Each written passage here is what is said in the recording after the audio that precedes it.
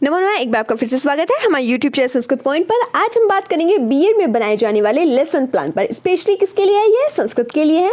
आप सबसे पहले जो डालेंगे वो है लेसन नंबर 1। नॉर्मली 10 बनते हैं ये। सब्जेक्ट आपका यहाँ पे संस्कृत पद्य लिखिएगा क्योंकि टॉपिक हमारा पद्य रचना है। क्लास और सेक्शन 8 क्लास हो सकती है आपकी, यहाँ पे 6 क्लास लिख सकते हैं, हम जो भी लिखना चाहे वो लिख सकते हैं। स्कूल नेम डालेंगे। आगे ध्यान देते हैं यूनिट और टॉपिक में। आपको जो टॉपिक है टॉपिक लिखना है। यहाँ पे जो टॉपिक लिया गया है वह है क्वे यामो वयम, जो कि रचना है, एक पद्य रचना है। जर्नल ऑब्जेक्टिव यदि इसके देखे जाए मतलब सामान्य उद्देश्य क्या है, तो क्या है? छात्रों में संस्कृत भाषा के प्रति रुचि उत्पन्न करना एवं छात्रों के ज्ञान में वृद्धि करना। यह है इसका स्पेसिफिक ऑब्जेक्टिव है। यह यहाँ पर नहीं लिखा जाएगा। छात्रों में कविता सर्जन की प्रेरणा उत्पन्न करना, यह सामान्य ऑब्जेक्टिव हो सकता है, मतलब सामान्य उद्देश्य। आगे देखते हैं मतलब जो इसकी विशेष उद्देश्य है वह क्या है। अभिराज डॉक्टर राजेंद्र मिश्र द्वारा रचित कविता क्वे यामो वयम, ये कहाँ आ गए हम, क्वे यामो वयम, ये कहाँ आ गए हम के माध्यम से छात्रों का नैतिक चारित्रिक व्यक्तित्व का विकास करना। प्रीवियस नॉलेज कितनी है इसके विषय में आप देखेंगे तो बच्चे क्या है, यहाँ पे जो लिखा गया वो क्या है, छात्रों को कविता का ज्ञान नहीं है परंतु कविता के भावों से परिचित हैं छात्र जो हैं। प्रीवियस नॉलेज के बाद आपको लिखना होगा टीचिंग एड्स। टीचिंग एड्स कौन कौन से यूज किए गए हैं? चित्र, श्यामपट्ट, चौक का इसमें प्रयोग किया गया है। आगे ध्यान देते हैं।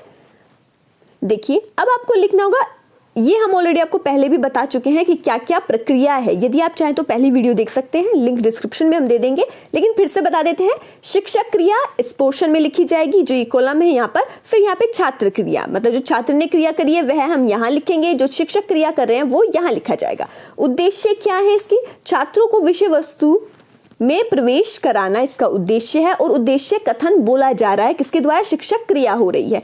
आज हम छात्रों डॉक्टर राजेंद्र मिश्र द्वारा रचित कविता क्वे यामो वयम के कुछ पद्यांशों का अध्ययन करेंगे। यह एक शिक्षक ने बोला है। छात्र की प्रतिक्रिया, जो छात्र की क्रिया रही है वो क्या रहा है? छात्र ध्यान से सुनते हैं। आप लिख सकते हैं छात्र ध्यान पूर्वक सुनते हैं। तकनीकी एवं साधन, तो कथन विधि का यहाँ पर प्रयोग किया गया है। फिर आप लिखेंगे यहाँ पे प्रथम सोपान। प्रथम सोपान में क्या लिखा गया है? यहाँ पर क्वे यामो वयम की जो है वो एक पद्य ले लिया है। आप क्वे यामो वयम लिखना चाहे तो उसे ले लीजिए, कोई और कविता आपके पास हो वह ले सकते हैं, उसके किसी एक पद्य को लिख सकते हैं। फिर उसका यहाँ पर अर्थ लिखेंगे।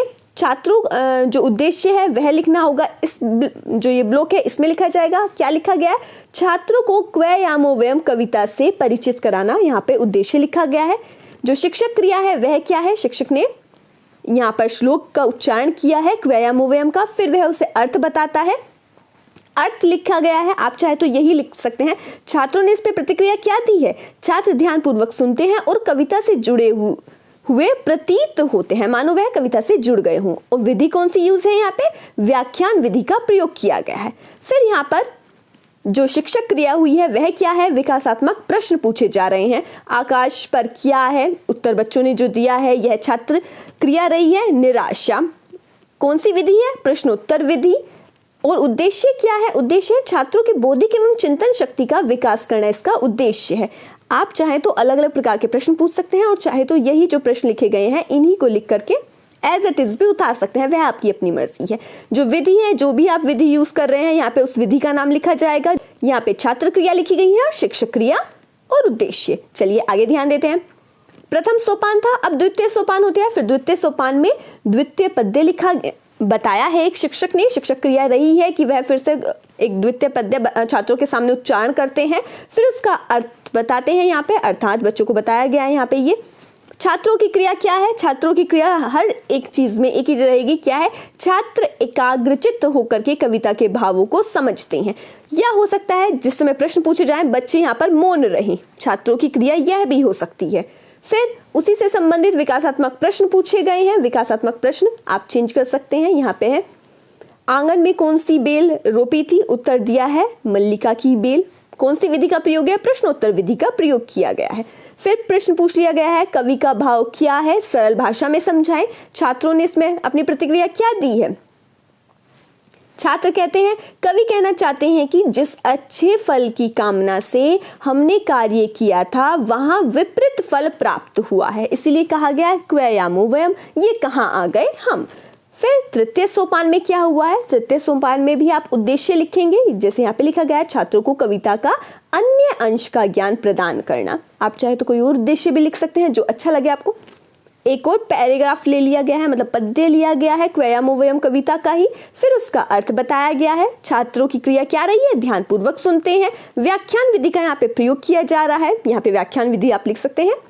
फिर उसी सोपान से संबंधित मतलब जो तृतीय सोपान हुआ है उसमें जो अंश बोला गया है, पद्य बोला गया है, उससे विकासात्मक प्रश्न पूछेंगे आप। फिर उन प्रश्नों को आप यहाँ पे लिखेंगे, यहाँ पे उसका उद्देश्य लिखेंगे, यहाँ पे छात्रों की जो प्रतिक्रिया होगी, जो क्रिया होगी, यहाँ पे वह लिखी जाएगी। कौन सी विधि का प्रयोग हुआ है, प्रश्नोत्तर विधि का प्रयोग हुआ है। इसी तरह 3 सोपान हुए। फिर आता है श्यामपट्ट सारांश। इसमें लिखा जाता है श्यामपट्ट मतलब ब्लैक बोर्ड, उस पे जो सारांश लिखा गया है वह लिखा जाता है, जो भी शिक्षक ने लिखा है वह लिखा जाएगा। उन्होंने यहाँ पे तीनों जो भी पद्य यूज किए थे उन तीनों को लिख दिया है, और जो शिक्षक क्रिया रही है वह क्या रही है, टीचर एक्टिविटी जो यहाँ पर लिखी गई है ये क्या रही है, छात्र अध्यापिका सभी छात्रों से श्यामपट्ट सारांश उत्तर पुस्तिका में लिखने के लिए कहती है, यह लिखा गया है। यहाँ पर क्या लिखा आपने, श्यामपट्ट सारांश लिखा है, और छात्रों की क्रिया क्या रही है, सभी छात्र अपनी अपनी उत्तर पुस्तिका में श्यामपट्ट सारांश जो है वह लिखते हैं। गृह कार्य आता है, इसके बाद हम लिखते हैं गृह कार्य। गृह कार्य में क्या है, सभी छात्र श्लोक को याद करके उसके हिंदी भावार्थ को उत्तर पुस्तिका में लिख कर लाएं। आप चाहें तो कोई और भी गृह कार्य मतलब होमवर्क दे सकते हैं। यहाँ पर उसका उद्देश्य लिखना होगा, क्या है, ज्ञान प्राप्ति की पुष्टि करने हेतु, कि बच्चे को ज्ञान प्राप्त हुआ भी है या नहीं हुआ है तो किस तरह हुआ है, यह उद्देश्य है, इसके लिए उसको गृह कार्य दिया गया है। छात्रों की इसमें क्रिया क्या, पहले जो शिक्षक क्रिया हुई है, शिक्षक क्रिया क्या हुई है, छात्र अध्यापिका जो है, छात्र अध्यापिका उन्हें कहते हैं जो बीएड स्टूडेंट होते हैं, उन्हें कहा जा रहा है छात्र अध्यापिका सभी छात्रों को गृह कार्य उत्तर पुस्तिका में लिखने के लिए कहती है, और जो छात्रों की क्रिया है वह क्या है, सभी छात्र गृह कार्य को उत्तर पुस्तिका में लिखते हैं। यहाँ पे क्या था, इस तरह आपका लेसन प्लान कंप्लीट हो जाता है। ये आपका था बीएड का लेसन प्लान बनाने का तरीका। ये लेसन प्लान 1 है।